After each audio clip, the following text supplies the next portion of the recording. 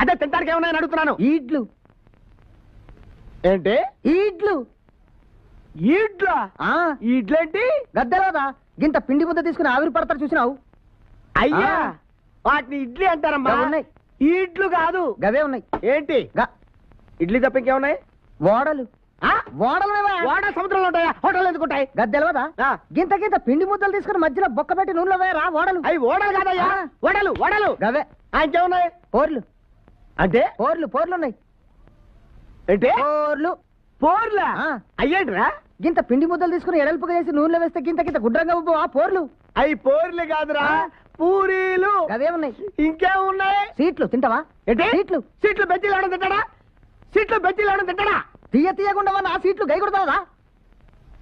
సీట్లు అంటే అయ్యా సీట్లు కాదయ్యా, స్వీట్లు. సీట్లు. స్వీట్లు. సీట్లు. స్వీట్లు.